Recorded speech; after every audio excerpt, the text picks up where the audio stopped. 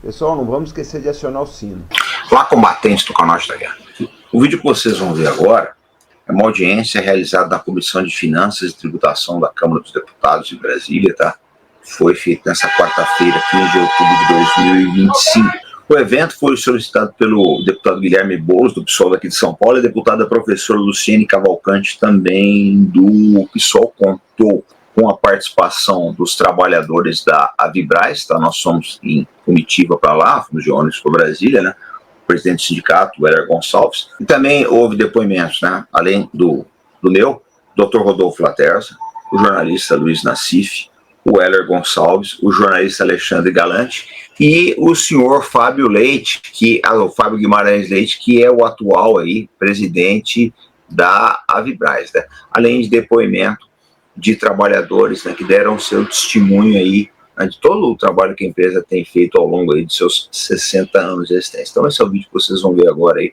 Eu peço que vocês comentem esse vídeo, compartilhem, coloquem em suas redes sociais, porque conforme vocês vão observar, é estrategicamente super importante preservar a Avibraz, o seu conhecimento e suas possibilidades futuras para a defesa e a soberania do Brasil. Acompanhe conosco. Desativei o som.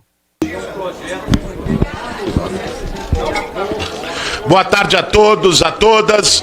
Declaro aberta a presente reunião de audiência pública da Comissão de Finanças e Tributação, objeto do requerimento 82/2025, de minha autoria e da deputada professora Luciene Cavalcante, cujo objetivo é discutir a realidade da Avibraz, indústria aeroespacial e a soberania nacional brasileira.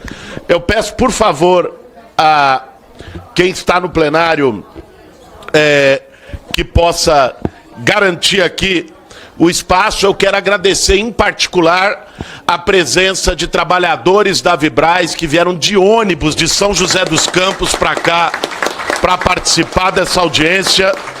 Trabalhadores que têm tido uma resiliência e um poder de resistência incrível, mesmo sem receber seus salários há um tempo imenso, seguem organizados, firmes, buscando a garantia da recuperação judicial da Avibraz, para que não só eles possam receber aquilo que é de direito, permanecer nos seus empregos, mas que também uma indústria essencial para o sistema de defesa e para a soberania nacional seja resgatada no nosso país.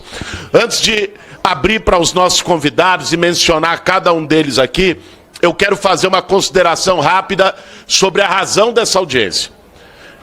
Nós entramos com um projeto de lei propondo a estatização da Avibraz.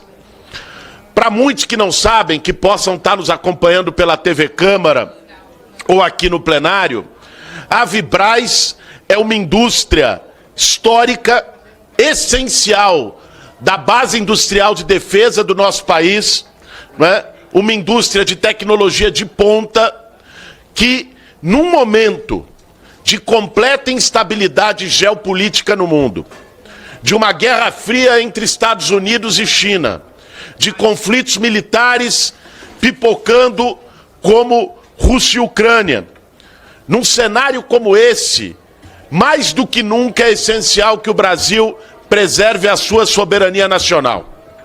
O comandante Robson Farinazzo, que está aqui, foi quem primeiro me alertou para a situação da Avibraz.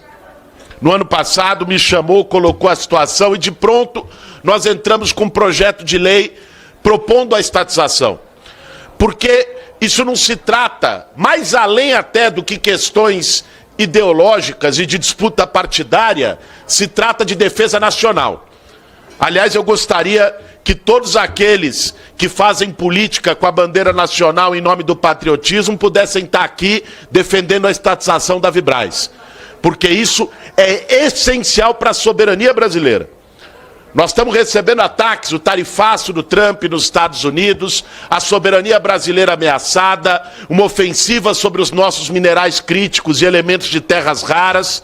Num momento como esse, a soberania mineral, digital, com a nossa infraestrutura de dados, e particularmente a soberania no sistema de defesa brasileiro, indústria aeroespacial e base industrial de defesa é essencial. Por isso a Avibraz é estratégica. Agora, para além do que o comandante Farinazo já tinha nos trazido, depois o Heller e os representantes do Sindicato dos Metalúrgicos de São José nos trouxeram a situação dramática dos trabalhadores da Vibraz, que esperam há um bom tempo, desde 2022, com o agravamento da crise da empresa, uma recuperação judicial adequada que garanta não só o recebimento do passivo, como a manutenção do emprego desses trabalhadores para sustentar suas famílias.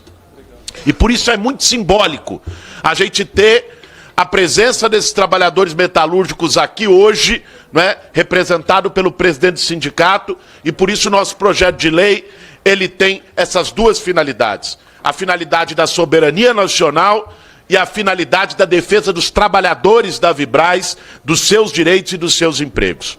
Nós chamamos também, vai entrar online, o atual presidente da empresa que está conduzindo o processo de recuperação judicial. É lógico, a nossa defesa é pela estatização, e o nosso projeto de lei é pela estatização. Agora, acima de tudo, é preciso impedir a qualquer custo que a Vibraz caia em mãos de capital estrangeiro. Isso nós não podemos permitir em hipótese alguma, que é grave para a nossa soberania. E ao mesmo tempo em que vamos trabalhar e temos conversado com o governo do presidente Lula, conversei semana passada com o ministro Múcio, conversei semana passada com o presidente do BNDES, Aloysio Mercadante, com a ministra Luciana de Ciência e Tecnologia, que é responsável pela FINEP, que também está no processo de recuperação judicial da Vibraz. Temos tratado com o governo federal para o processo de estatização, também estamos acompanhando com muita atenção a condução do processo de recuperação judicial para garantir também o interesse dos trabalhadores. Dito isso, eu vou dar início à nossa audiência. Gostaria de agradecer a presença de todos e todas, dos nossos convidados, e convidar para compor a mesa, aliás, já estão aqui. Desculpem até porque a audiência anterior atrasou, quem estava aqui no plenário acompanhou. Era muito importante, hoje é dia do professor, eram pautas da educação, e nós temos que entregar o plenário logo mais para uma outra comissão. Por isso eu vou ter que conduzir com maior rapidez aqui o processo, e vou pedir também maior economia nas falas e a compreensão dos nossos companheiros. Sei que muitos vieram de longe, é chato no meu lugar pedir, pô, fala menos, né? Mas pedir que a gente garanta as falas em torno de 5 minutos, uma síntese, para que a gente possa garantir a fala de todos, também a escuta, sem ser despejado aqui do plenário e conduzir. Então, vai participar de forma virtual Fábio Guimarães Leite, presidente da Vibraz, a quem eu agradeço a presença. Também de forma virtual, Luiz Nassif, perdão. Ah, maravilha. Luiz Nassif, jornalista do jornal GGN, que acompanha. Também de forma virtual, Alexandre Galante, jornalista do Poder Naval. E aqui, de forma presencial, Robson Farinazo, capitão de fragata da Reserva da Marinha do Brasil, a quem eu agradeço a presença e a inspiração para que a gente entrasse com esse PL, comandante Farinazo. Rodolfo Queiroz Laterza, analista e escritor geopolítico e mestre em segurança pública, a quem eu agradeço. E vou tomar licença de, quando a gente iniciar a fala, começar com o Rodolfo, porque está com horário de voo com problema. E o Heller Pereira Gonçalves, presidente do Sindicato Metalúrgico de São José dos Campos e região, que representa os trabalhadores. Esclareço que a presente reunião está sendo transmitida ao vivo pela internet e gravada para posterior transcrição.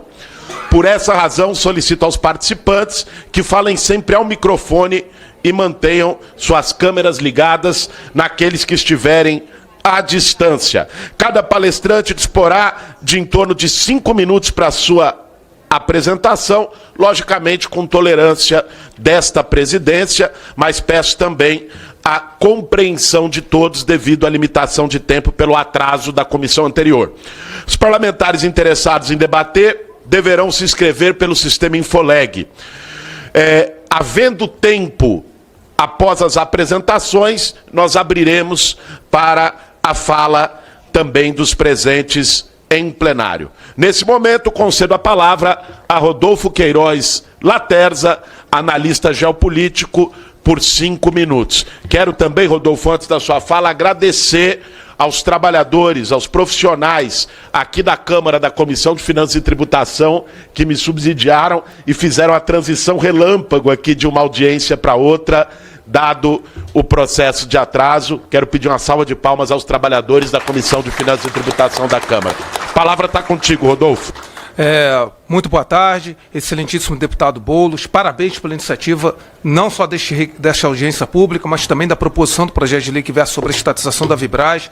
Cumprimentar todos os expositores, em especial o meu grande amigo do Think Tank Arte da Guerra, comandante Robson Varinaz, e acima de tudo os senhores profissionais especializados da Vibraz, que sofre há quase 4 décadas dessa instabilidade no setor da base industrial de defesa do Brasil. Serei rápido, face, né, a exiguidade de tempo. Deputado Boulos, nós não podemos ter premissas ideológicas em relação ao debate no tema da base industrial da defesa e na estatização proposta por Vossa Excelência. Desculpa falar, sendo honesto, a classe política tem que entender que isso não é discurso de esquerda ou direita, isso é necessidade. Vamos pegar um exemplo onde é a meca, no caso, do grande suposto liberalismo econômico no mundo, que são os Estados Unidos, que não tem nada de liberalismo. Os Estados Unidos gastaram 138 bilhões provendo investimento direto no complexo industrial militar norte-americano. Os Estados Unidos têm uma estratégia com fundo industrial de defesa com contratos do Pentágono. Os Estados Unidos têm diversos financiamentos subsidiados, inclusive compensando compras por parte do Estado em relação ao seu complexo industrial militar. A França tem 5.000 empresas no âmbito do seu complexo industrial militar, que atende a 25% das necessidades europeias. E vamos dizer o quê? Que lá se discute direita ou esquerda? Pergunta se, por exemplo, os chamados partidos de direita na França, ou os republicanos, eles vão abandonar o complexo industrial militar deles. Não vão. Um exemplo de relação ao impacto geopolítico de termos uma empresa como a Vibraz estatizada. A mobilização do poder industrial e nacional da Ucrânia não se deu sem intervenção do Estado. Sabe o que ajudou muito a Ucrânia a resistir, além dos 350 bilhões de dólares dos Estados Unidos e também o apoio da OTAN? E eu escrevi um livro sobre isso. A Ucrânia tinha 130 empresas estatais dentro de um conglomerado estatal. A Ukrovoronbold. E a Rostec russa, com 900 empresas estatal, em 2 formatos, empresa pública, que é o que Vossa Excelência propõe, e sociedade de economia mista. Então nós não estamos inventando a roda. O que não podemos aceitar é censura e patrulhamento ideológico, como a iniciativa que Vossa Excelência propôs. Ficar com um discurso aqui ideológico em algo que é urgente. Não podemos perder a expertise, o conhecimento desses profissionais que daqui a pouco vão se aposentar injustiçados e abandonados. Eu escuto o projeto do míssil de fibra ótica há 40 anos. O livro Rede de Intrigas, o fracasso da indústria bélica do Brasil, do jornalista Roberto Lopes, foi lançado em 94. Ali já se mostrava a falta de apoio do Estado em relação à nossa base industrial de defesa, dentre as quais a de maior expertise, que é a Vibraz, que tem o produto Astros 2, que tem uma representatividade geopolítica fundamental no Oriente Médio, inclusive em relação à dissuasão em guerra convencional. Agora, as pessoas têm que entender, a classe política, que base industrial de defesa ela não pode obedecer às leis de mercado, fundamentalmente para dar lucro. Não é a mesma coisa que vender uma geladeira. Nós temos que entender que tem que embutir o custo de pesquisa e desenvolvimento, o custo de atratividade e retenção do capital humano. Todo mundo é assim, todo o planeta é assim, nos Estados Unidos é dessa forma. Mas aqui não pode ser, porque abdicar do livre mercado, como eu tive que ouvir, a Vibraz é uma empresa familiar, deixa falir. Tivemos que ouvir isso, perdendo todo um conjunto de conhecimento adquirido de forma estratégica ao longo de décadas. Sinceramente, é inadmissível esses países que eu citei, dentre os quais os Estados Unidos, dentre os quais a Rússia, a própria Ucrânia, abdicar disso. Israel, que tantos falam. Vocês acham que abdica de apoiar a IMI e a Rafael, que produzem mísseis e produz diferentes componentes? O próprio Irã. Sem aqui qualquer patrulhamento, o Irã tem um conglomerado com 130 empresas estratégicas estatais. A Turquia, que se tornou entre os 10 maiores exportadores globais. A Turquia ela tem uma agência específica de defesa subordinada à presidência da República, com um conglomerado de cerca de 80 empresas estatais. Podem ver os avanços em drones. A Turquia está construindo um caça de 5ª geração que a mídia ocidental considerou uma piada, o Canaan. Então, sinceramente, o Brasil tem capital humano para isso, o Brasil tem condições para avançar na sua indústria de defesa, reter conhecimento e valorizar o conhecimento do capital humano. O que falta é vontade política, e Vossa Excelência deflagra uma esperança de uma vontade política plural, acima de polarização ideológica por um tema crucial. Parabéns, deputado Boulos, pela coragem dessa audiência pública e pela coragem do projeto de lei, que Vossa Excelência está replicando aquilo que deu certo no mundo, inclusive nos Estados Unidos, que tanto falam aí como exemplo de liberalismo, mas que tem um verdadeiro intervencionismo estatal em tudo, terras raras, semicondutores e também no complexo industrial militar. E os senhores da Vibraz estão de parabéns. Imagina o drama de vocês virem aqui de ônibus e acompanhar esse tema. Contem com o meu humilde apoio. Obrigado, Rodolfo. Parabéns pela sua intervenção, né? Rápida, direta e profunda. Porque aqui, antes de passar para o próximo, e já adianto, queria até ver com a equipe aqui se já está pronto virtualmente, que eu vou alternar, fazer um presencial e um virtual. Tá tudo certo? Queria dizer o seguinte, gente, quando a gente fala da Vibraz, nós estamos falando de interesse nacional para valer. De verdade, tá? Falar sobre patriotismo, nacionalismo, fazer politicagem com isso, qualquer um pode fazer, de qualquer lado do espectro político. A questão é, na hora de defender o interesse nacional, quem é que vem? Porque ter uma base industrial de defesa forte, soberana, com tecnologia nacional, com sistema de inovação, com investimento público, disse muito bem, Rodolfo. Nenhuma. Vocês acham que o Vale do Silício, nos Estados Unidos, foi feito com investimento privado da Apple? Não, foi com investimento público do Departamento de Defesa. Qualquer país do mundo que se desenvolveu na sua indústria de base, em pesquisa e desenvolvimento, inovação, em setores estratégicos, foi com investimento público. O que o norte global faz, os Estados Unidos, os imperialistas, é dizer o seguinte: a gente pode ter investimento público. Vocês não. Vocês não. Para vocês é austeridade fiscal e liberalismo. Porque eles querem botar as empresas deles aqui, para controlar a nossa tecnologia, os nossos dados e o nosso sistema de defesa. Estado tem que estar nos setores estratégicos da economia e a presença nacional. Para nós isso é inegociável. Parabéns pela tua fala, que reflete muito bem. E eu faço aqui um convite porque eu concordo. Isso não deve ser um tema apenas da esquerda. Todos sabem, eu sou um deputado de esquerda. Sem nenhum receio de dizer, sou do PSOL, militante do movimento social e tenho lado. Agora, eu quero que os deputados de direita venham e se somem a essa pauta. Até porque nós precisamos disso para ter votos para aprovar aqui nessa casa. Eu quero que os bolsonaristas, já que se colocam como patriotas, se somem a essa pauta e defendam também. E eu vou trabalhar para isso aqui nessa casa, para a gente ter o mais amplo apoio. Dito isso, passo a palavra para o jornalista Luiz Nassif, grande amigo também, jornalista importante do debate econômico e estratégico no nosso país, que vai participar de forma virtual. Nassif, peço a você, por favor, que tente se ater aí ao entorno de 5 minutos, dado o número de palestrantes e o tempo exíguo que nós temos na audiência. Com a palavra, Luiz Nassif. Bom, queria agradecer o convite aí. Eu acompanho o tema defesa há muitas décadas. Eu já fiz seminários com a presença do grande João Verdi aí. Era impressionante como que o conceito de engenharia estava na cabeça dele. Tempos atrás, anos atrás, teve uma reforma em casa e o engenheiro tinha trabalhado na Vibraz. Começou como office boy e João Verdi dizia: ninguém sai daqui sem ser engenheiro. Eu acho que não resta dúvida da relevância do investimento público na indústria de defesa, na estratégia para preservar a tecnologia nacional. Agora, eu acho que para dar legitimidade a isso, se precisa pensar na governança. Tem que haver, de alguma maneira, aí um órgão superior de defesa, incumbido de definir as linhas estratégicas, as empresas estratégicas e o desenvolvimento da tecnologia. Nós temos em muitos casos, aí, vamos pegar o que ocorreu com a Odebrecht aí, e com o próprio Almirante Otton.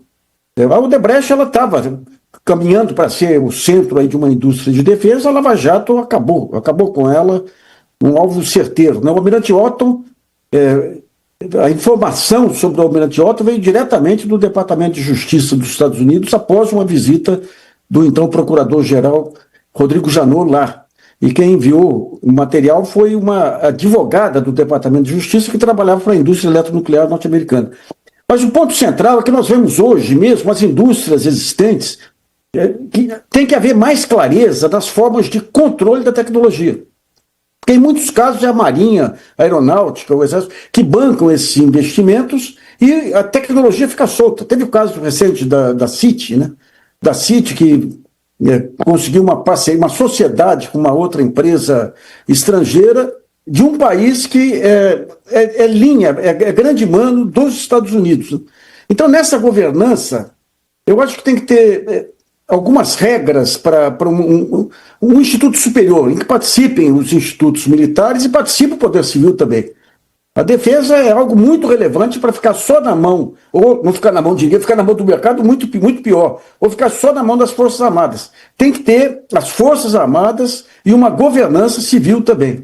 Então, por exemplo, você tem nos contratos de tecnologia, você tem que ter uma definição clara do escopo da tecnologia transferida, ou seja, como que ela pode ser utilizada, aprimorada e explorada comercialmente. Eu me refiro a essa parceria da CIT com empresas estrangeiras. Você tem que estabelecer o território onde a tecnologia pode ser explorada.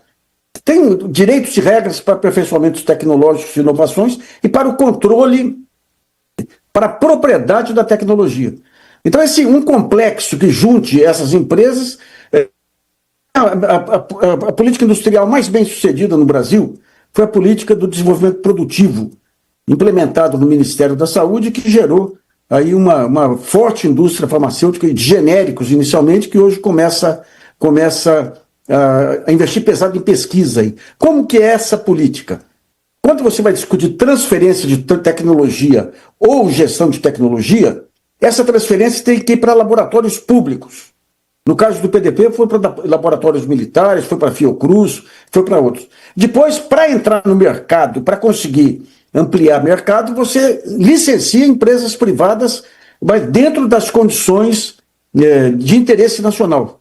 Eu acho que, de alguma maneira, o complexo militar, eu acho que está maduro hoje, graças ao companheiro Donald Trump, aí, ao companheiro Eduardo Bolsonaro, está maduro aí o conceito de soberania nacional e o conceito de defesa nacional. O fim dos organismos multilaterais, o armamento da Argentina agora, nessa aliança com o Trump, tudo traz à tona algo que foi bem colocado pelo expositor anterior, que é suprapartidário. Agora, essa supervisão ela é fundamental. A transparência aí é fundamental. Você saber como trazer o setor privado para participar é fundamental também. As regras aí desse sistema fiscal e tributário aí que favorece o setor é importante. Então, se está tudo pronto, digamos, para legitimar uma participação estatal central aí na indústria de defesa, o desafio do setor é apresentar regras claras de governança para legitimar junto à opinião pública no momento em que qualquer gasto essencial público é tratado como gastança. Então, eu acho que é um bom momento aí. Eu lembro, décadas atrás, a gente fazendo um seminário sobre o FX, e apareceu um brigadeiro, se eu não me engano, o Sérgio Ferola, e falou que o melhor investimento no FX não era para gripe, para dar sono, nem nada, seria para construir um equipamento nacional. E nós já mostramos com o Osório, mostramos aí com a Vibras, com o Astro, tudo, a condição tecnológica brasileira.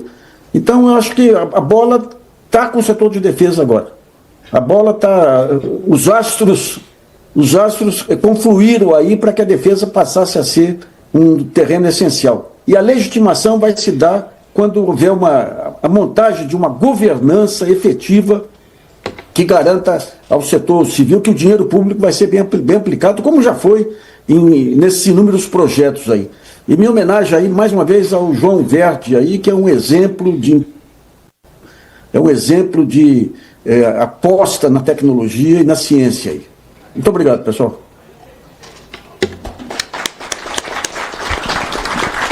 Muito obrigado, Nassif. trazendo um ponto relevante também, que é essa coisa do financiamento, né, gente? Quando fala para financiamento que é importante para o país, ou para o povo, educação, SUS, eles dizem que é gastança, né? Esse é o debate que sempre fazem, né? Só que não, isso é um investimento essencial e com retorno para o nosso país. Eu quero aqui também mencionar algumas presenças. Está aqui presente o vereador Celso Janazzi de São Paulo, está aqui presente uma liderança histórica do movimento operário na região do Vale do Paraíba, o nosso companheiro Mancha, né? Eu digo histórica que quando eu conheci o Mancha, ele não tinha essa entrada e esses cabelinhos brancos, não, né? Então já é bem histórico. Eu também não tinha barbinha branca aqui, mas cumprimentar a presença aqui do nosso companheiro Mancha, de todas as lideranças metalúrgicas da região de São José. E está aqui também a nossa deputada professora Luciene Cavalcante, que é coautora desse pedido aqui na CFT, e que tem que ir agora para uma outra comissão, que quarta aqui, gente, é uma loucura, que são várias comissões ao mesmo tempo e o pessoal tem que se revezando. Por isso eu vou dar, antes de passar a palavra para o comandante Robson Farinazzo, que será o próximo, para a professora Luciene fazer a sua saudação a essa audiência. Por favor, professora.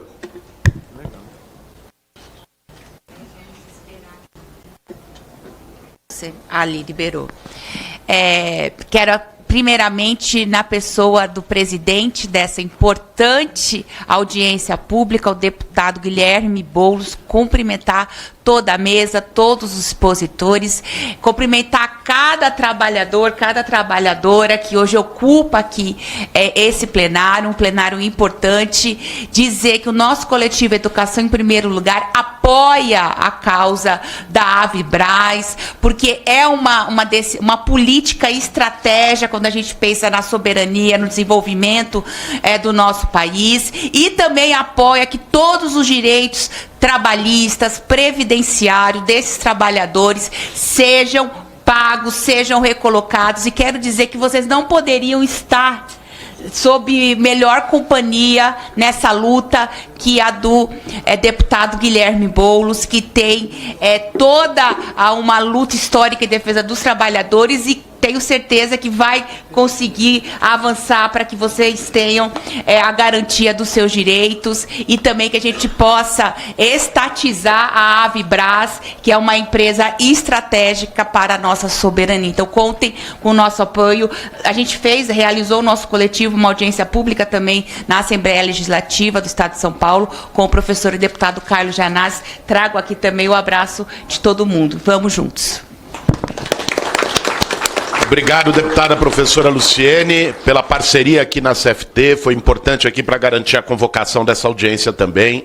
E fique tranquila para poder ir também para seu trabalho em outras comissões.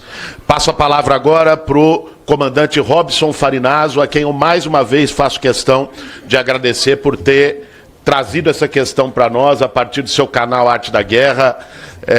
Ano passado eu era candidato a prefeito de São Paulo, o Farinazzo nos procurou no meio da campanha e falou: precisa tratar disso aqui.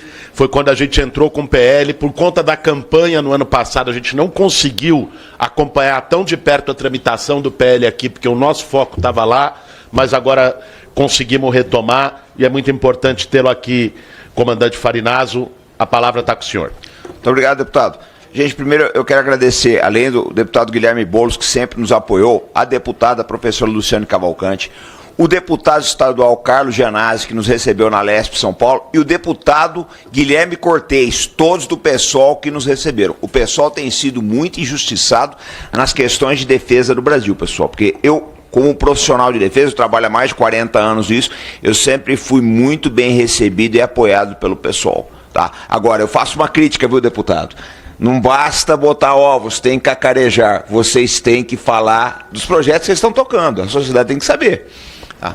Eu acho muito importante isso. Bom, gente, eu vou ser bem breve aí, porque eu ia fazer a apresentação, mas eu acho desnecessário porque são números aí, e eu prefiro falar de pessoas.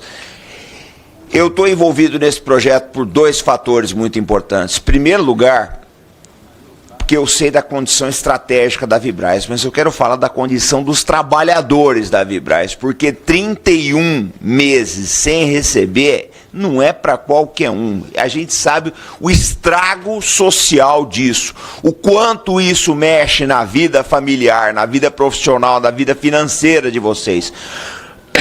Quantos de vocês tiveram que se desvencilhar de bens, tá? Tiveram que enfrentar problemas em casa. Então nós sabemos disso tudo. E eu falei uma vez para o deputado Boulos, acho que ele lembra disso, né? Eu falei, o Boulos, qualquer projeto político que não tenha como base a compaixão vai fracassar. Eu sei que o Boulos tem muita compaixão, porque eu acompanho as oitivas dele, é uma pessoa com um coração enorme, fora de série. Então eu sei que ele está enxergando a coisa da mesma forma do que eu. Falando na questão estratégica, olha pessoal, não existe país que preserve a sua cultura, a sua língua, seu modo de ser, se ele não tiver armado. A verdade é essa. Eu não estou falando para vocês de uma posição militarista, não. Eu preferia, como soldado que eu sou desde 16 anos, que não precisasse disso tudo, que a gente conseguisse viver em harmonia. Mas eu não sou inocente. Nós sabemos da condição estratégica do Brasil, da riqueza do Brasil. Todo mundo está vendo aí o olho grande do Trump crescendo, não só sobre o Brasil, mas sobre a Venezuela também. Então, se nós quisermos preservar nossa frágil democracia, só existe um caminho, que é o caminho de armar o Brasil. A verdade é essa, tá? Com forças armadas conscientes, com uma base popular, essa é que é a verdade, voltadas para a defesa da soberania e não para as questões de segurança interna. Acho que isso tem que ser. Isso já atrapalhou bastante o desenvolvimento militar do Brasil. Essa é que é a verdade. Essa doutrina de segurança interna, ela precisa ser abandonada. Nós precisamos olhar para fora, para as nossas fronteiras, para as nossas rotas comerciais. Eu digo sempre o seguinte, eu já falei aqui nessa casa, que se um navio estrangeiro encostar a 2.000 quilômetros da costa, numa distância equivalente, uma distância equilibrada entre os portos de Santos e Rio de Janeiro, que são os dois portos mais importantes do Brasil, nós praticamente não temos defesa. Toda a nossa exportação será cortada. Então, a Vibraz é a base tecnológica que nós temos para nos prover com esses insumos. Eu acho que o capital humano, tecnológico e de expertise que a Vibraz tem pode nos fornecer quaisquer insumos, não só os mísseis e foguetes que ela fabrica. Também eu já tive a oportunidade de fazer exercício de tiro com o sistema Astros aqui perto em Formosa, mas eu sei que se entregar um projeto de drone para a Vibraz, ela faz. Eu sei que se entregar um projeto de blindado para a Vibraz, vocês são capazes de fazer. Eu vi a endurance de vocês nessa nossa viagem de 17 horas de ônibus aí. Então, pessoal, eu vejo assim, o projeto do Boulos é uma coisa fantástica, nós estamos apoiando. Deputado, quase toda semana o senhor deve sentir a orelha queimar, que toda hora eu falo bem desse projeto aí no canal Arte da Guerra. Eu e os canais parceiros, é uma rede de mais de 20 canais, tá? Essa é que é a realidade. Então, o que eu peço para os senhores? Eu sei que nem todos aqui são do PSOL, nem todos aqui são votam no mesmo partido, mas mobilizem os seus deputados. Nós vamos ter um ano eleitoral. E esse projeto de estatização da Vibraz, ele é suprapartidário, suprideológico, tá? Ele é pensando nas gerações futuras, pensando nas crianças.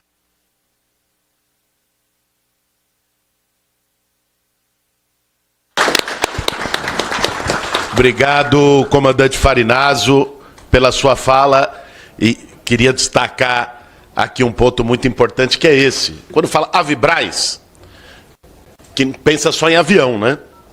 Mas não.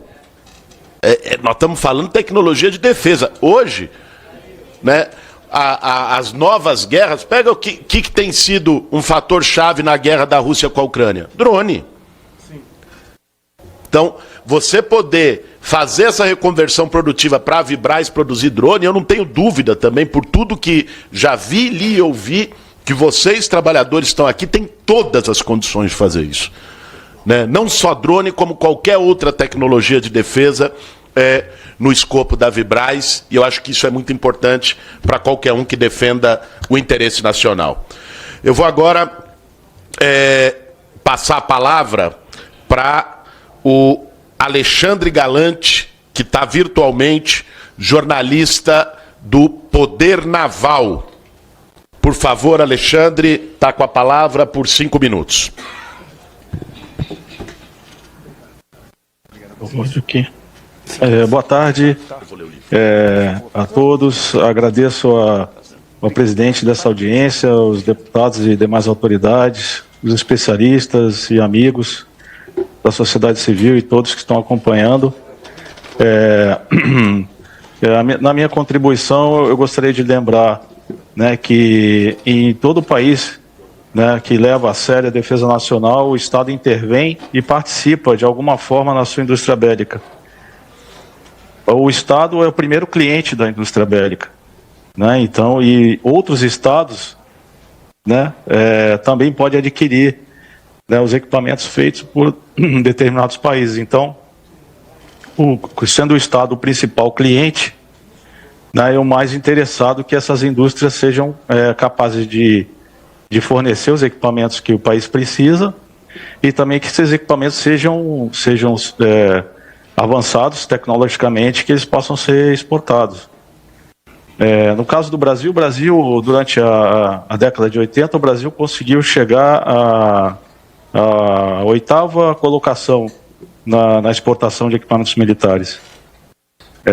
Né, a gente tinha empresas como a Engesa, a Embraer, a Vibraz é uma das sobreviventes daquele complexo militar, né, da indústria bélica que o Brasil conseguiu construir. Depois da Guerra Fria, depois do fim da Guerra Fria, o Brasil abandonou as suas indústrias de defesa e a Engesa faliu, outras empresas também deixaram de existir ou tiveram que mudar para outros ramos. E aí a Vibraz persistiu e está aí sob aparelhos, né? Tá né, lutando para sobreviver. Os seus funcionários estão passando essa situação aí que a gente sabe. A Embraer, por sua vez, ela foi também colocada à venda pelo Estado brasileiro, foi privatizada, mas o Estado brasileiro manteve uma golden share, uma participação na Embraer. No caso da Vibraz, o mínimo que poderia ser feito pelo Estado era ter uma golden share, uma participação, mas pela importância estratégica da Vibraz, realmente é necessário uma participação estatal maior, como acontece nos outros países. Como na Europa, você tem participação estatal na Airbus, né, tem participação estatal da Alemanha, da França e da Espanha. Na Airbus foi uma companhia que foi criada para competir com a Boeing, que é americana, né, e até hoje esses estados são sócios da Airbus. Você tem o estaleiro Naval Group francês, que vende submarinos para o Brasil, é estatal. Você tem o estaleiro italiano Fincantieri, também estatal. É uma coisa comum no mundo você ter as empresas de defesa com algum controle estatal, ou é total, ou é participação majoritária, minoritária, ou através de regulação e golden share. No caso dos Estados Unidos, com o fim da Guerra Fria, os Estados Unidos tinham 50 empresas de defesa. E aí o governo americano fez uma reunião, né, chamada a Última Ceia, que reuniu os empresários dessas empresas e falou: olha, não vai dar mais para contratar serviço de todos vocês vão ter que se reunir em conglomerados.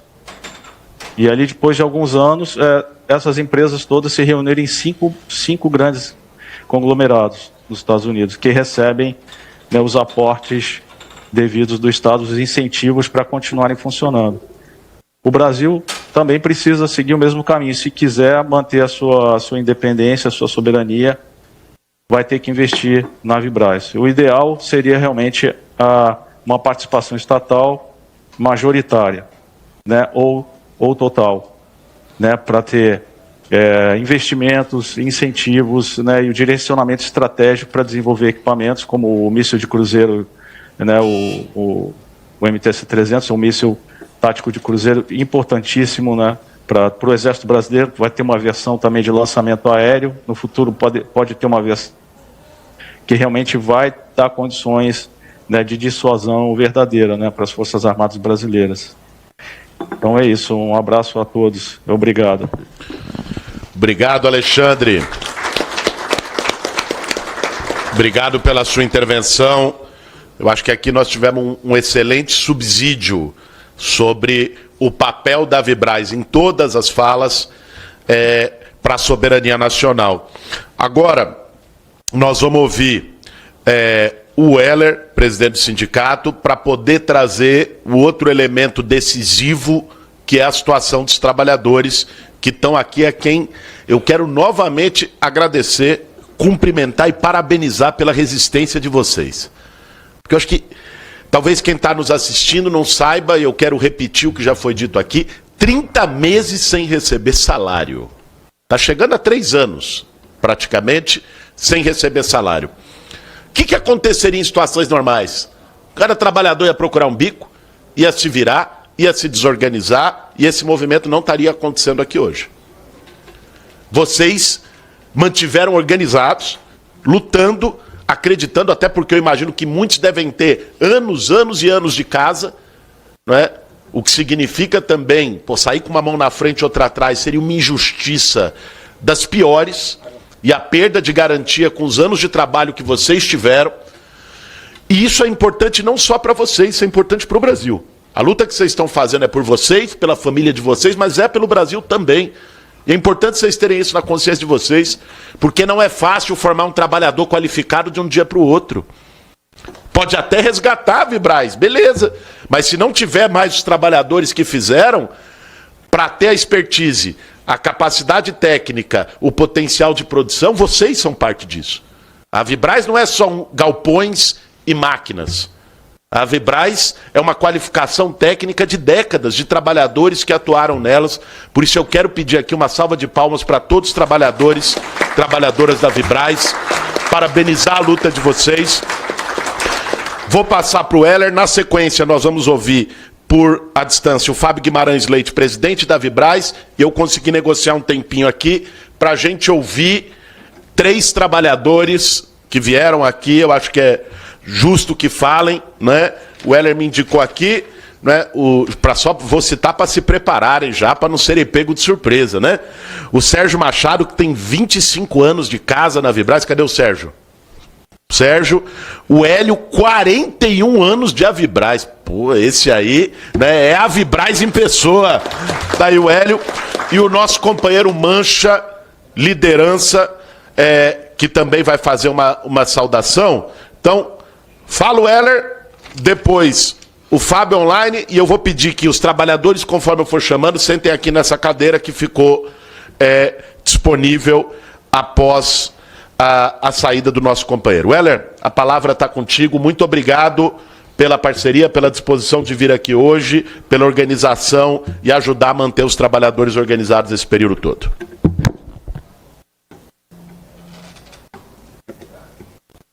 Vai. Não, solta. Foi. Bom, primeiro o agradecimento ao deputado Guilherme Boulos pela convocação desta audiência pública. Na semana passada, nós estivemos em algumas reuniões aqui em Brasília com representantes do governo federal e o Boulos nos atendeu. A gente acha que é muito importante a realização dessa audiência pública, porque é um debate que a gente precisa tornar público e discutir com toda a sociedade brasileira. Porque o tema da Avibraz não é um problema localizado do município de Jacareí, do Vale do Paraíba, e sim um tema de importância nacional. Pelo tema, eu vou focar de falar diretamente e aproveitar que o espaço está tendo a transmissão ao vivo pela TV Câmara para falar um pouco da situação dos trabalhadores da Avibraz diante de toda essa crise. A crise dos trabalhadores da Avibraz começa no dia 18 de março de 2022, quando a empresa demite 420 trabalhadores, 1/3 do total de trabalhadores da fábrica, e ela entra em recuperação judicial. A partir dali, começa o nosso processo de mobilização e de luta.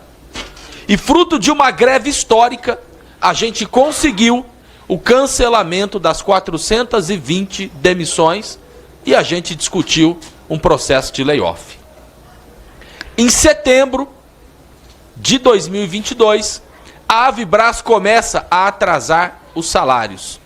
E a partir dali, os trabalhadores iniciam uma greve por tempo indeterminado, que acontece até os dias atuais e é uma das greves mais longas da história do movimento sindical brasileiro. E de fato, você ter os trabalhadores no processo de mobilização junto com o sindicato por mais de 3 anos e meio, isso é histórico. Porque, de fato, o trabalhador tem vida, o trabalhador tem que sustentar a sua família. E você sair de São José dos Campos, e é a segunda vez que a gente faz isso, para vir para Brasília, num bate e volta, dentro do ônibus, e você vê o trabalhador junto, deixando de fazer o bico, de ganhar a sua graninha daquele dia para o sustento da sua família, para se somar no processo de mobilização, por isso que a gente chegou até aqui. Porque de nada adianta o sindicato ter vontade, os dirigentes do sindicato podem ter a formação política que tiver, poder discursar em qualquer microfone. O sindicato não é nada se ele não tem o apoio dos trabalhadores, e ao longo desses mais de 3 anos, a gente viu os trabalhadores da Avibraz mobilizados conosco. E por que nós estamos aqui participando dessa audiência? Eu me lembro da assembleia que nós fizemos no dia 21 de março, porque a demissão foi no dia 18, que foi em uma sexta-feira, e no dia 21, na segunda-feira, a gente discursava para os trabalhadores da Avibraz dizendo: a saída para a Avibraz é a estatização. Porque essa é a terceira crise que a Avibraz passa. Na primeira crise, final da década de 80, começo da década de 90, o BNDES emprestou dinheiro que pagou o salário, e era o movimento de greve e a empresa voltou. Segunda crise, no ano de 2008, o sindicato fez todo o processo de mobilização. Na época, estava na presidência da República Dilma, antecipou o dinheiro do Astros 2020. Com isso, acabou o movimento de greve e a empresa retornou. E agora nós estamos diante de uma situação em que a Avibraz precisa novamente de dinheiro do governo federal para ela retornar. Inclusive, nas reuniões que nós tivemos na semana passada com representantes do governo federal, falam que até o final do mês vão anunciar qual é o aporte do governo para que tenha a empresa de volta. Então, se é dinheiro do Estado que investe, e aí o patrão ele ganha lucro, nada mais justo do que essa empresa ela ser estatal, e a gente defende a sua estatização sob o controle dos trabalhadores. Além de estar na direção do Sindicato dos Metalúrgicos, eu também sou dirigente do Partido Socialista dos Trabalhadores Unificado, do PSTU, que também está desde o primeiro dia na luta junto com esses trabalhadores. E eu finalizo fazendo aqui o pedido ao deputado que nós fizemos na semana anterior para que cobre do governo Lula. Porque essa crise começou em 2022, quando o governo era Bolsonaro. Agora, quem tem o poder da caneta na mão, quem é o presidente da República, é o Lula. E nós achamos que o governo ele tem que resolver essa situação. São 31 salários atrasados. Liga de novo aí, que senão a gente não. Vai. Finalizo dizendo que 31 salários não dá mais, precisa saber qual é o aporte que o governo vai dar, porque neste momento a prioridade é o pagamento de centavo por centavo do que deve para cada trabalhador. Por soberania, garantia de direitos, estatização da Avibraz já.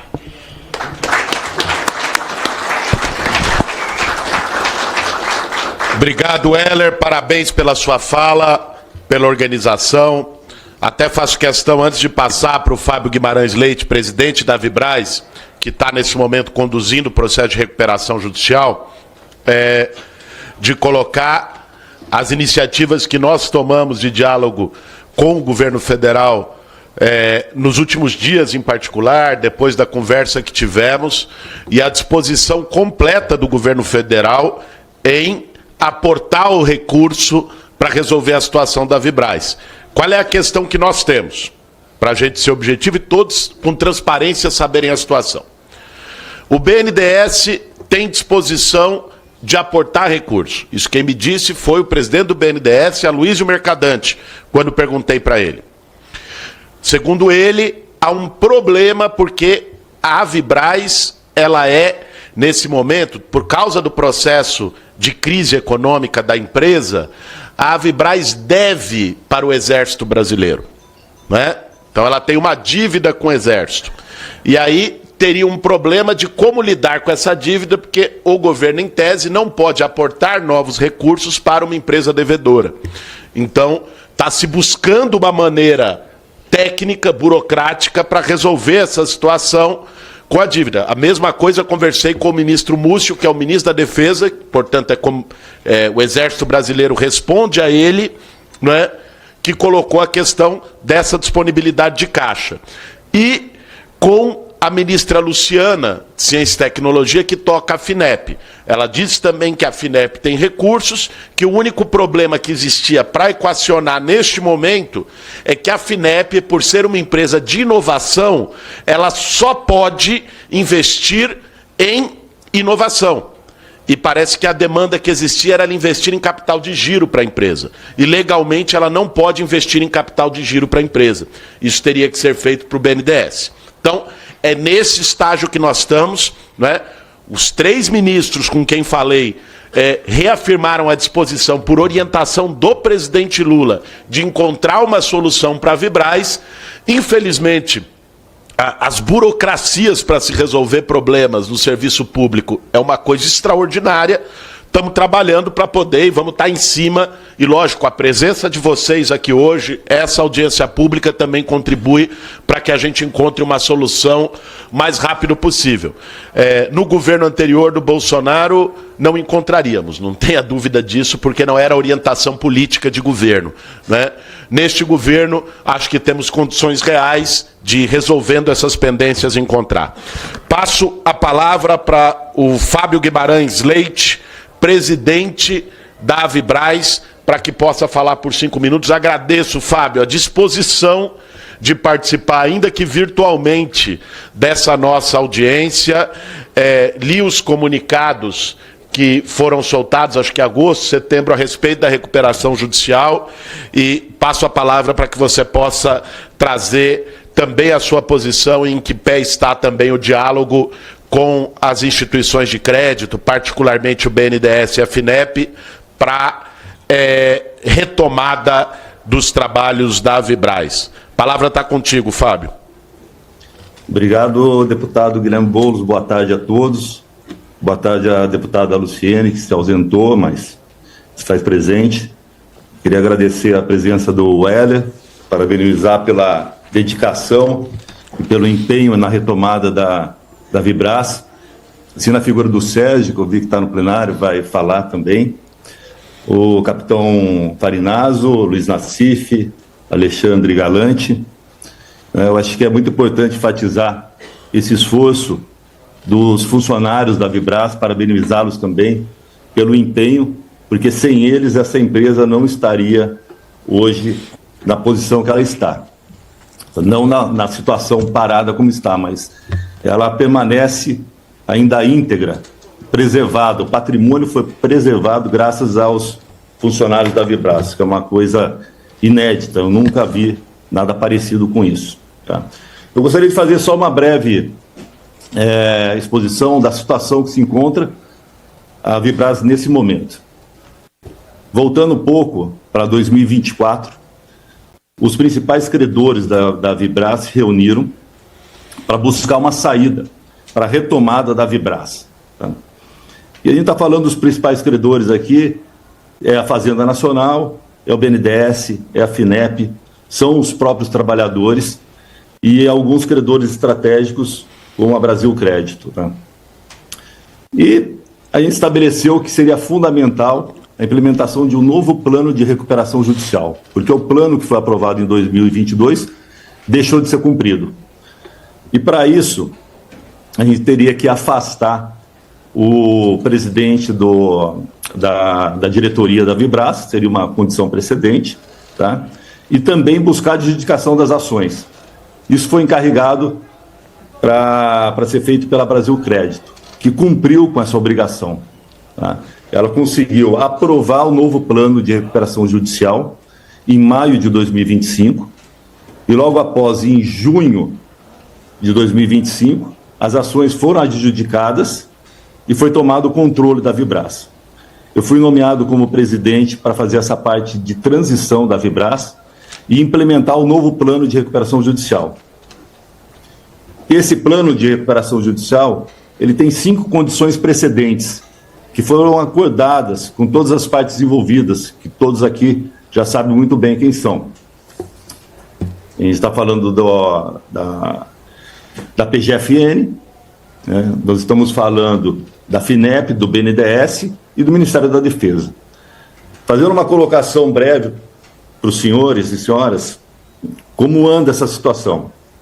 Tá? Com a PGFN anda muito bem, nós estamos buscando uma estrutura de recomposição da dívida fiscal, tudo indica que vai dar certo. Com o Ministério da Defesa, nós estamos buscando a celebração de contratos novos durante o período de 5 anos, com o comprometimento do Exército Brasileiro em adquirir os produtos da Vibras. Isso também está andando muito bem. Inclusive, nós temos uma missão na próxima semana em Brasília para rever os contratos, que inclusive a Vibras está em débito com o Exército Brasileiro. Nós estamos discutindo com o BNDES, que, como o deputado Boulos acabou de colocar, esbarra em questões burocráticas em decorrência da recuperação judicial, mas nós temos uma visão otimista com relação a isso. Tem uma indicação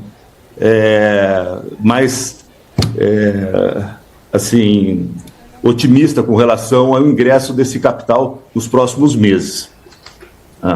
E também é necessário o ingresso de capital da FINEP, que também tem essa questão burocrática. Agora, o que eu gostaria de deixar pontuado aqui é que a FINEP ela investe realmente em inovação tecnológica. Só que nós estamos com um risco iminente de perda da tecnologia da Vibras. O nosso sistema Astros é um sistema que está avaliado em mais de 4 bilhões de reais. E é um sistema que ele está se perdendo com o tempo. Quando nós chegamos na empresa, nós encontramos ela sem luz. O servidor aonde encontra toda essa tecnologia do sistema Astros estava desligado. Nesse momento, a gente está numa auditoria para certificar se isso tudo da Vibras está preservado, está íntegro. Até o presente momento, parece que sim. Parece que a empresa continua firme e pronta para voltar a atuar. Mas sem essas condições precedentes, é impossível a gente retomar a Vibras. Com relação ao tema dessa Assembleia, nós não temos como opinar com relação à privatização da Vibras. A nossa função nesse momento é manter a Vibras viva e para isso a gente precisa de um socorro urgente do governo federal. E a gente não está falando de muito, deputado Guilherme Boulos, para o contexto de uma segurança nacional, para o contexto da soberania, nós estamos falando de valores muito baixos pela capacidade de geração de caixa da Vibras. Eu já vi que estourou o tempo e me coloco à disposição aí para responder qualquer coisa que seja necessária. Muito obrigado, Fábio, pela sua participação. Eu acho que corrobora. Logicamente, e faço aqui esse esclarecimento, a nossa defesa, assim como é a defesa do sindicato e de outros setores, é pela estatização, que nós consideramos o melhor caminho. Agora, isso não quer dizer, até considerando o interesse dos trabalhadores que precisam ter os seus empregos de volta e os seus valores restituídos, que não se haja abertura para discutir outras soluções, desde que haja controle nacional, né? Desde que haja participação estatal, investimento em tecnologia e que os empregos sejam retomados e a soberania nacional preservada, né? Então, por isso também fizemos questão de chamar o Fábio para acompanhar o processo, porque é parte desse processo de recuperação judicial e para que a gente encontre uma solução efetiva. Muitas vezes o ótimo acaba sendo inimigo do bom. Muitas vezes a situação ideal que a gente gostaria de alcançar, não é? A gente não consegue por relações de forças que interferem no processo. Mas é essencial para nós, o que é inegociável, a linha que a gente traça é controle nacional da Vibraz para garantir a soberania, garantia dos direitos dos trabalhadores e da retomada dos empregos. Para nós esse é o ponto-chave em qualquer negociação que envolva o atual presidente da empresa, que envolva o governo brasileiro através do BNDES, da FINEP e do Ministério da Defesa. Dito isso, seria absolutamente injusto a gente terminar essa audiência sem ouvir os trabalhadores. Quantas horas foram de... Quase 18 horas. O problema era quando a gente vinha para Brasília e o ônibus quebrava e pneu furava. Aconteceu isso, não? Ainda não. Ainda não. Não vai acontecer na volta, né? Rapaz, eu estou dizendo, porque eu vinha muito aqui fazer manifestação. E a gente vinha com os ônibus, né? Junto com o sindicato, fazer manifestação e tal. Não tinha uma vez, porque também a gente pegava a empresa mais barata, né? Era um movimento social, a empresa furreca e tal, aqueles ônibus fumaçando, não tinha uma vez que não quebrava ou não furava o pneu. E a gente ainda ficava na beira da estrada umas 2 horas, esperando vir um ônibus reserva ou alguma coisa para socorrer a gente. Mas graças a Deus não aconteceu com vocês, nem vai acontecer na volta. Porque o pior é se acontecer na volta, vocês vão falar, pô, o Boulos praguejou, né? Não vai acontecer na volta. Isso, vocês vão voltar muito bem, mas é importante que, tendo vindo, possam falar. Por isso eu quero chamar, inicialmente, para sentar aqui ao meu lado e poder fazer uma fala de 5 minutos, o Sérgio Machado, trabalhador de 25 anos de Avibraz, a quem eu peço uma salva de palmas.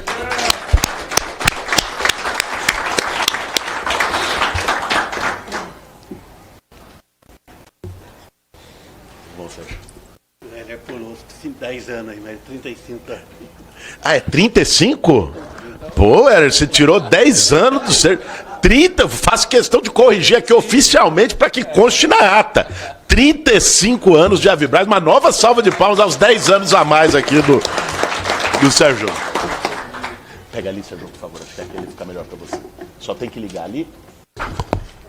Alô.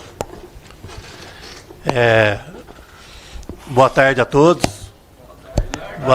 Boa tarde à mesa. Bom, gente, deputado, vocês falam dos pagamentos atrasados, né?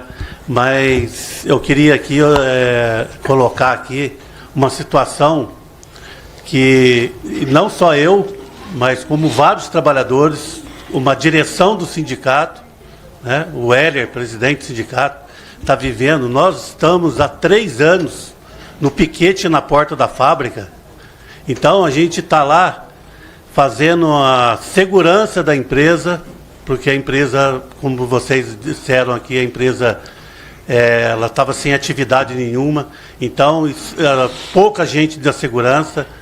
E esses trabalhadores da Avibraz, que ainda hoje, se você chamar esses trabalhadores, convocar esses trabalhadores, eles vão vestir a camisa da empresa, vão voltar, porque tem um parceiro que não desistiu da luta, que é o Sindicato dos Metalúrgicos.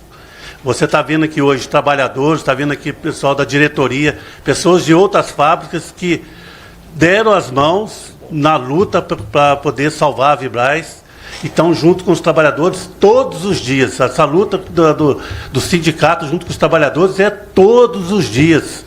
E a gente não pode deixar. A gente tem que agradecer muito vocês, a mesa aqui, todo mundo está empenhado em ajudar, mas o Sindicato dos Metalúrgicos, ele é o alicerce para os trabalhadores da Avibraz, para eles não desistirem da Avibraz.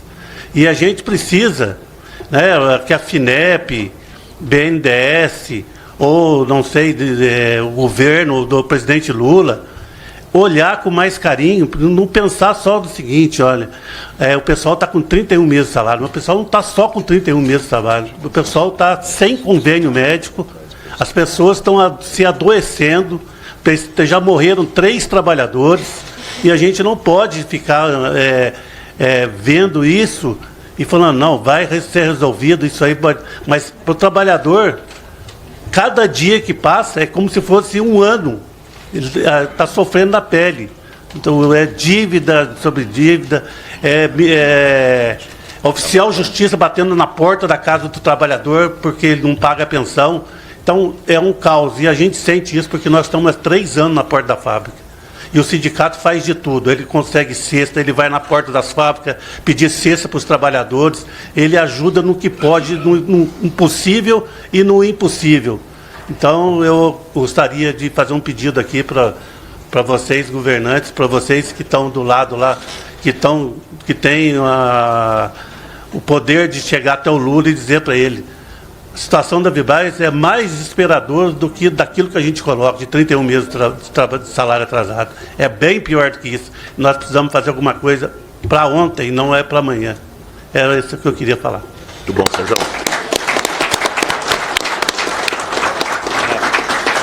Parabéns, Sérgio, pelo seu depoimento, pelo seu desabafo, na verdade. Obrigado, acho que contribui muito aqui com a nossa audiência, até porque isso que nós estamos fazendo aqui vai entrar nos registros oficiais, não é? É gravado, é oficial na TV Câmara e isso vai chegar onde tem que chegar. Eu quero agora chamar o Hélio, 41 anos de Avibraz. Você não errou dessa vez, né, Hélio? É 51 anos de Avibraz, né? Vamos lá, o Hélio, para poder falar com a gente aqui e trazer também a sua experiência. Seja bem-vindo.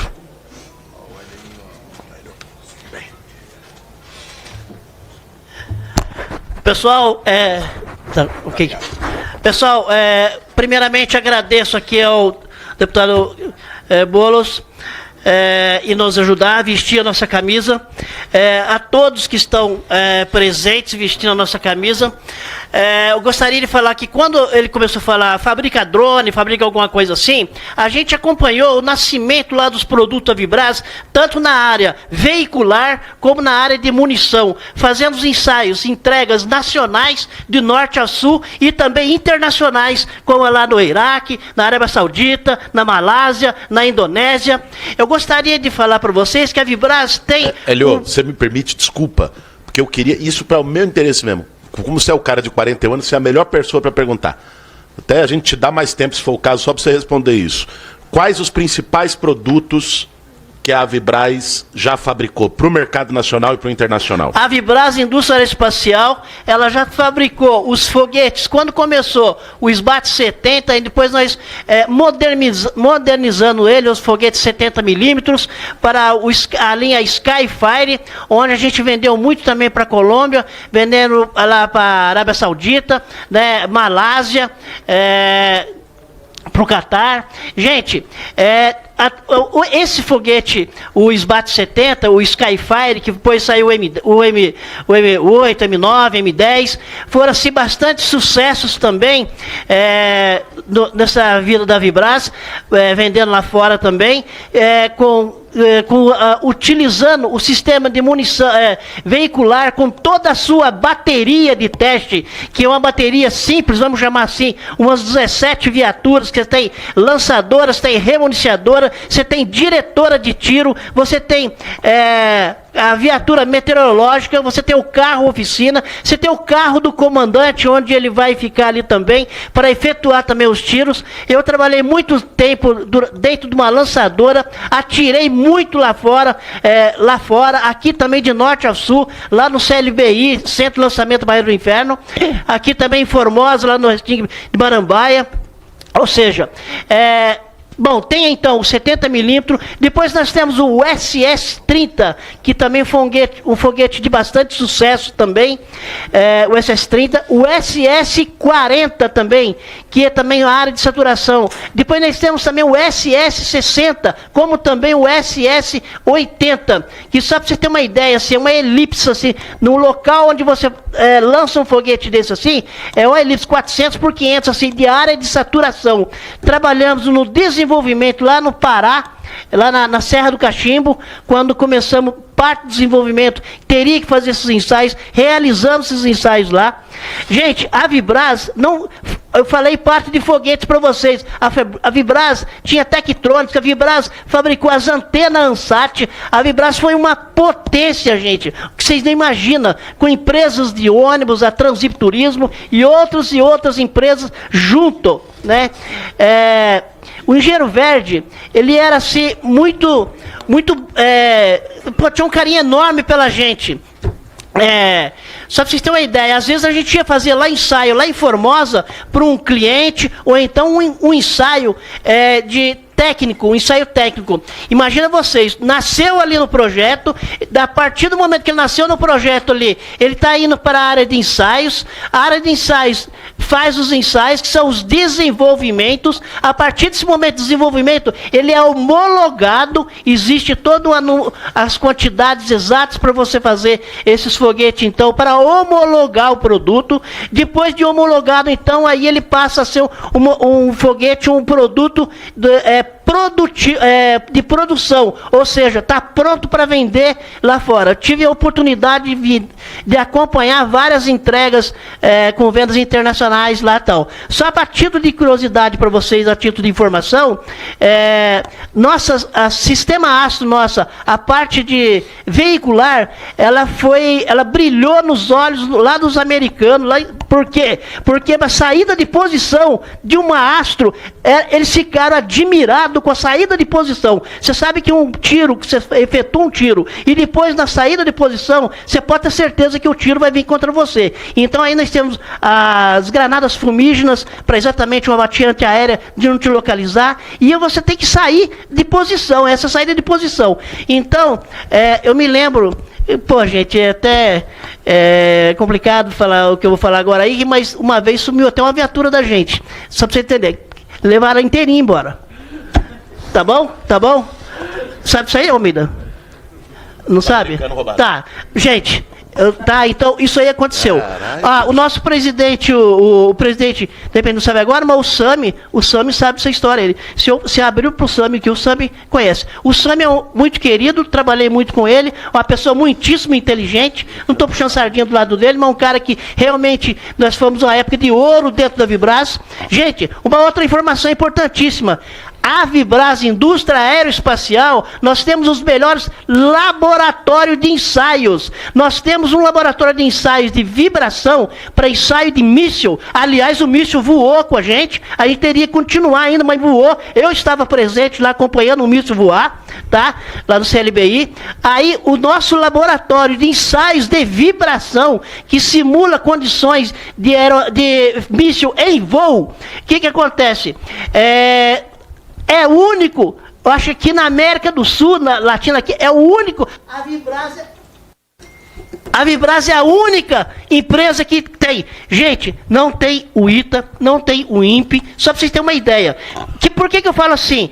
Porque existe uma separação, uma segurança dos técnicos envolvidos, da parte instrumental e da onde você vai colocar esse item lá para você fazer com ele ativo naquelas condições. E caso a gente tenha algum problema aqui, não vai machucar ninguém. Só para vocês terem uma ideia. E uma área completamente desenvolvida com segurança na área de fazendo aquela área de permanente preservada, tudo direitinho, tudo normalizado. Uma coisa interessante por parte da Vibras. A Vibras, com a sua engenharia de qualidade, a sua engenharia de produção, a sua engenharia de processo, sempre com documentos revisados. Você sabe que quem não revisa o documento, que quem não faz, você não entendeu? A ISO, as nossas ISO, a NBR, ou seja, nós fizemos um trabalho, gente, que nasceu lá atrás. Quando o deputado aqui começou a falar, eu me emocionei na hora um pouco ali e tal, assim, deu vontade até de chorar. Da hora que ele virou e falou assim: será que a Vibras tem capacidade de fazer essas coisas? Gente, eu trabalhei com itens de satélite. Eu trabalhei na Vibras, pode levantar lá na Vibras relatórios. Trabalhei com itens de satélite. Nós temos motores, podemos produzir motores para levar para o espaço, gente. Tanto é que eu trabalhei também com o M50, o motor que vários aí, eu acho que conseguiu também, tá? Buroscopia.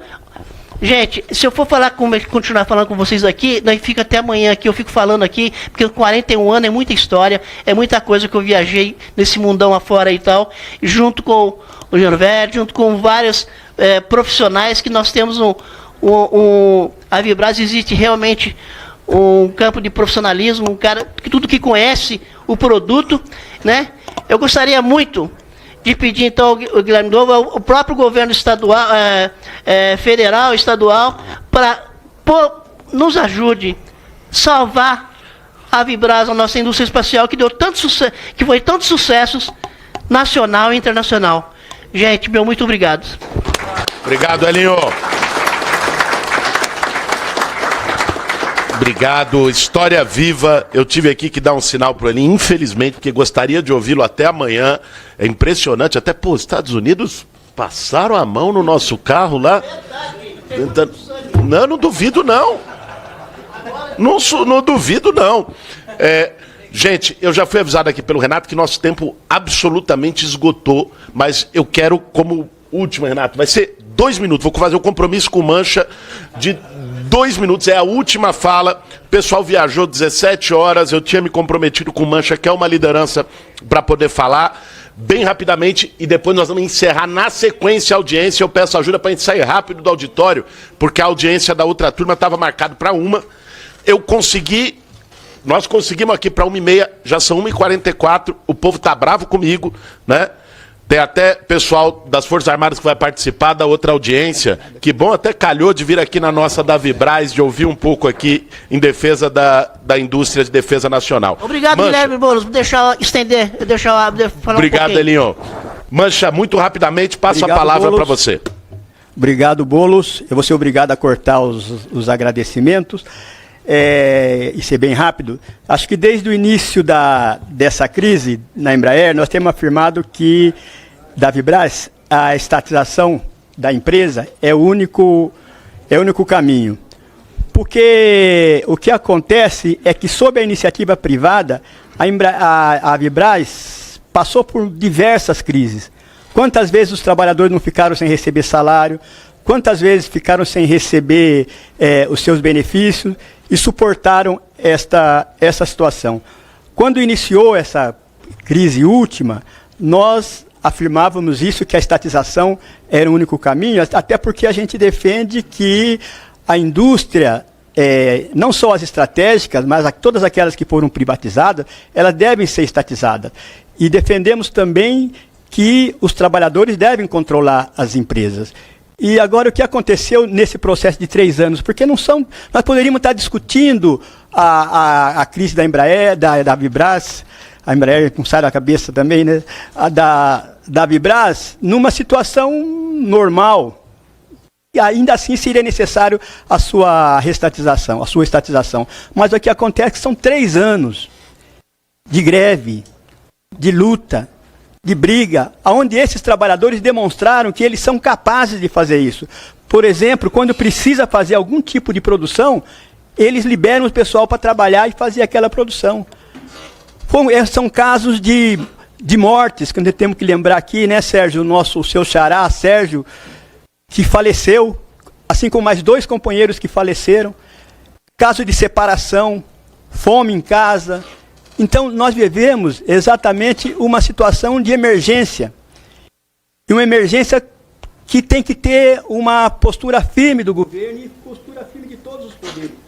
Porque seria algo assim. Seria algo, Boulos, semelhante a um terremoto que está acontecendo na vida desses trabalhadores. Há uma enchente e é preciso, inclusive, nesses momentos, ter medidas que são medidas excepcionais. Nós temos perambulando as prefeituras pedindo cesta básica, algumas dão, outras não. A gente tem feito campanhas junto aos funcionários das outras empresas, e eles colaboram e tem cesta básica para os trabalhadores. Agora nós precisamos de muito mais, porque esse símbolo, essa luta, essa resistência, nós sentimos que nós, perambulando aí pelos vários setores do governo, que nós podemos até chegar a uma solução que não seja a solução definitiva, mas que pode ter uma solução. Mas a situação é mais grave, é emergencial, e não pode esperar apenas pelos trâmites burocráticos. Então, foi um debate, inclusive, que nós fizemos hoje na Secretaria-Geral da Previdência, que tem que ter um caminho. E o caminho, eu acho que seria um pouco isso. Existe uma situação de emergência, existe uma situação de calamidade, os trabalhadores não suportam mais, e as medidas que nós temos que tomar têm que estar à altura dessa situação, a caminho da estatização.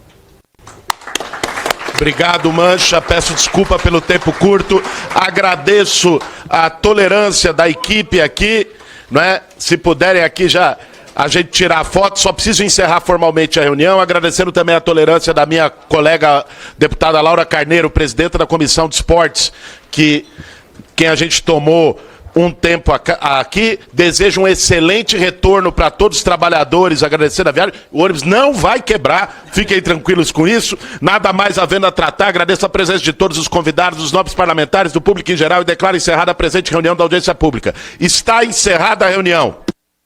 Bom, pessoal, e a Amazon possui um acervo completo de livros, brinquedos, maquetes e outros produtos relacionados a carros de combate. É uma coleção fantástica e inesgotável. Eu preciso lembrar para vocês, tá, que a Amazon aceita cartão, parcela e até boleto. E a entrega da Amazon é bastante rápida, principalmente nas grandes cidades.